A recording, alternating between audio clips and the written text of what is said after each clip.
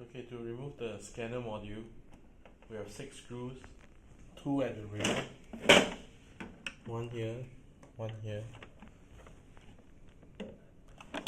and 4 at the front, 1 here, 1 here, 1 here, and 1 here.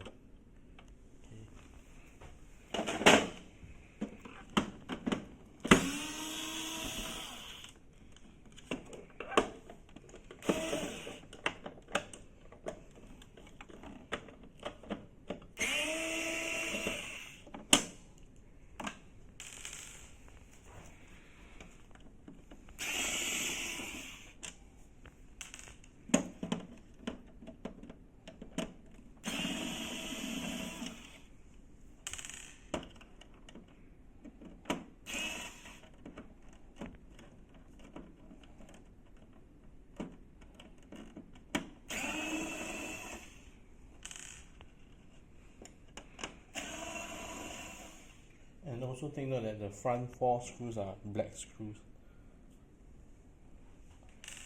So remove all the screws, just lift up the scanner module.